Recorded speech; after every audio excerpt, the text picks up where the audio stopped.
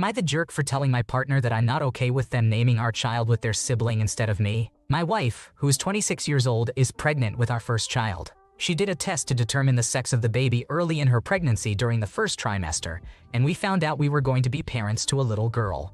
Quickly, we decided our daughter was going to be named Adora. The name holds special meaning to us. She was always a huge fan of She-Ra and loved both the original show and the remake. We actually bonded over the remake show. I, who am 27 years old, thought it was a sweet name and loved that it had a deeper personal connection for the two of us. The middle name was still not entirely decided, but the first name was. My wife is now 6 months pregnant, and her twin sister is expecting a baby boy 3 months after our daughter is due. 3 weeks ago, they started talking about baby names. All of a sudden, my wife told me that she and her sister decided the babies should have timeless names that fit with their family names. The family names are Emily, Elizabeth, James, and Haley for their parents, and William, Hannah, and Grace for their siblings. So my wife and her sister chose the name Catherine for our daughter instead, and my sister-in-law's son will be named Alexander. I was hurt and more than a little peeved. My wife asked me why I had that expression on my face, and I told her I was not okay with her naming our daughter with her sister instead of me. I told her we had chosen the name Adora. She never expressed second thoughts about the name.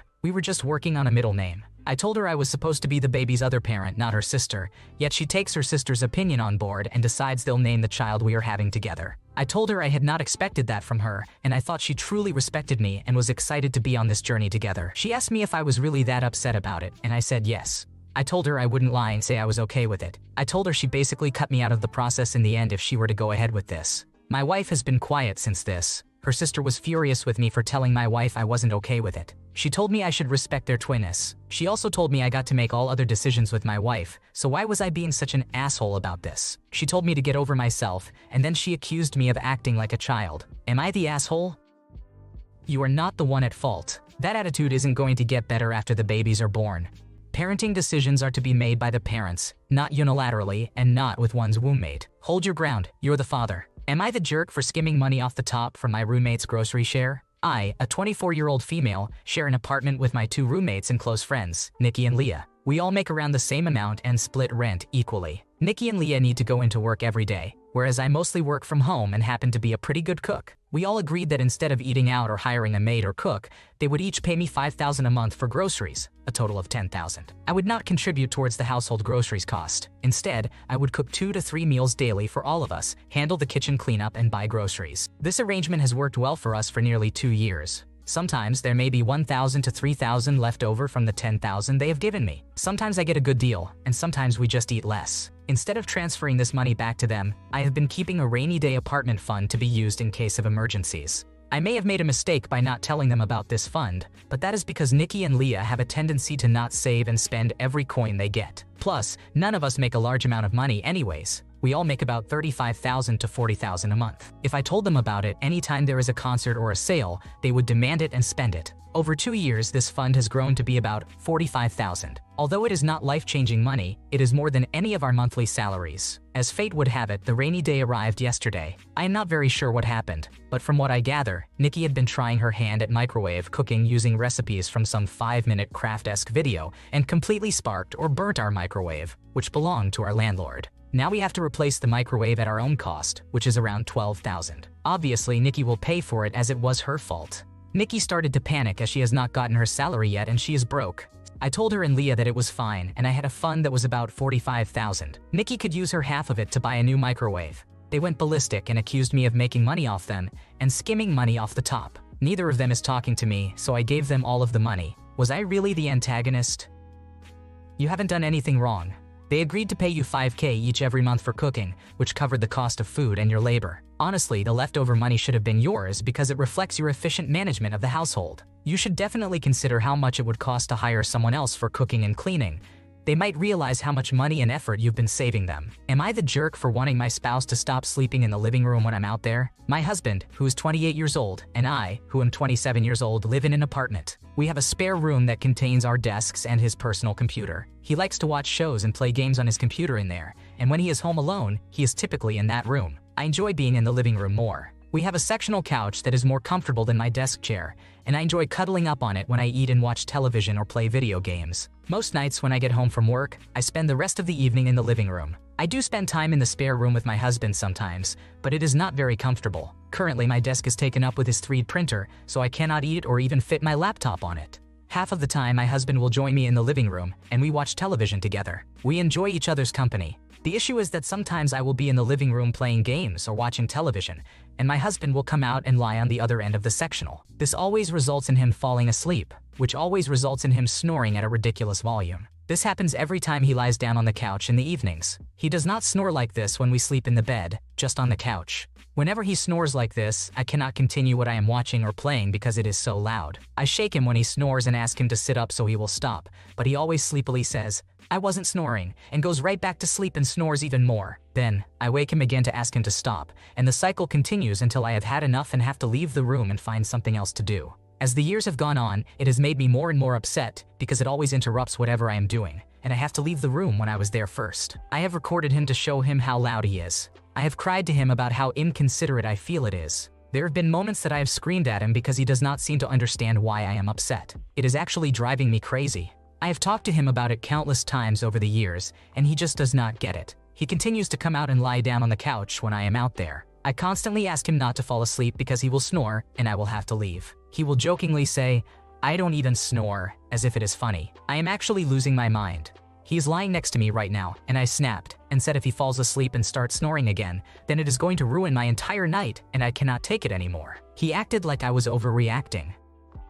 You did nothing to deserve criticism. It sounds like he's monopolizing your shared space in a way that pushes you out completely, covering your desk with his 3D printer and sleeping on the couch. He's also invalidating your feelings by ignoring your requests and making you feel like you're overreacting. His inconsideration and refusal to just sleep in his bed is the real issue here. Am I the jerk for criticizing how my parents are raising my sibling, even though they pay for my college? For the last 15 years, my parents have basically given my sister, Mia, no boundaries, and let her get away with anything because of guilt from things that happened when Mia was born or when my mother was pregnant with her. Mia has been causing trouble for years, but the incident that my parents finally could not ignore happened a few months ago. Mia had a personal grudge against a teacher and told a lie that almost cost the teacher their job before the school found out that Mia made it all up. Mia got suspended, and my parents ended up pulling her out of that school and putting her in private school. I would say my parents are well off, but they are not rich by any means, and Mia's private school has put a huge hole in their savings. They are now having issues because my grandparents helped with the cost, but now my aunt needs help for her family too,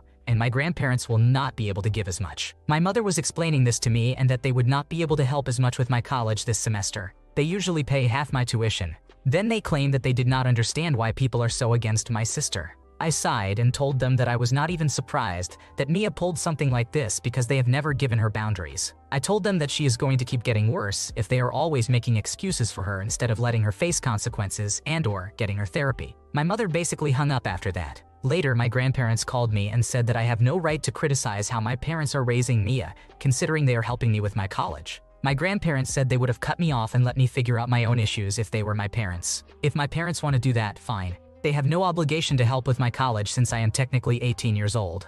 I will get a loan and figure it out if they do that. However, I felt like I was still in the right for saying what I did because someone needs to say it, and Mia is only going to get worse with time. Getting suspended will make some things hard, but it will be worse if they do nothing about Mia, and she ends up facing criminal charges or really ruining her life. Am I the asshole? You haven't done anything wrong. You said what needed to be said in a rational way, and sometimes the truth hurts. It's understandable to express your opinion, especially when Mia's behavior has impacted you financially. Your parents and grandparents are just upset because you told them what they didn't want to hear. Am I the jerk for going through my kids' phones and tablets? This is an ongoing argument between my sister and me, so I thought I would ask the internet for their opinion. I have 3 children, aged 9, 12, and 17. My sister has 2 children, 10-year-old twins. In my house, my wife and I have a policy. No phones at all until they leave primary school at age 11, because then they will start walking to secondary school alone. No smartphone until they have proven they are trustworthy with their basic phone by keeping it charged and not losing it. No social media until they have reached the minimum age for that social media, which for most is 13. Most controversially, I go through my children's phones and tablets. We have a shared family iPad that I go through once a week. My 9-year-old does not have a phone yet. My 12-year-old has a basic phone, and I stopped going through my 17-year-old's phone and laptop when he turned 16 because I trust him. My children, apart from my 17-year-old because he is almost an adult and can manage his own screen time, get screen time limits.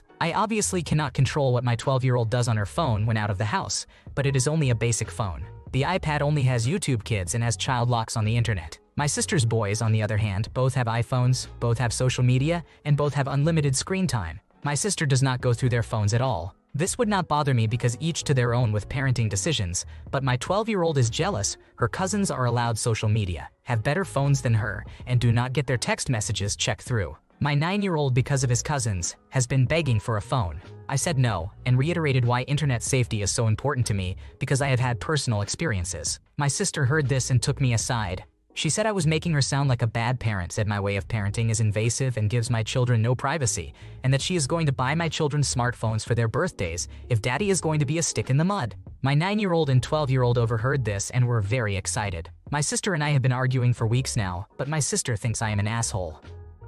Your sister is massively overstepping by trying to undermine your parenting decisions in front of your kids. She can have her opinions and raise her own children however she wants, but that stops at the threshold of your home. Cyberbullying is a significant issue, and many schools are implementing bans to counter it. Keep checking on your kids' devices. It's not just about safety from predators, but also holding them accountable for their actions. Am I the jerk for pointing out that my friend's partner invited a stranger on our trip without consulting us? My friend, Chris, has parents with work benefits that include making early and cheaper reservations at a holiday resort. About 3 years ago, Chris and his partner Joan suggested to our close friend group that we all go on a trip together. This group includes me, my partner, friend Brian, and a few others. We all agreed on who would go, aiming to keep the participants within our close circle. Things got complicated when Brian wanted to bring his girlfriend, with whom he has an on-again, off-again relationship. She is also not very well liked among the group. The resort has a limit of 6 people, so if Brian's girlfriend came, they would need their own place nearby, freeing up a spot in our reserved accommodation. I had a couple of potential candidates for this spot.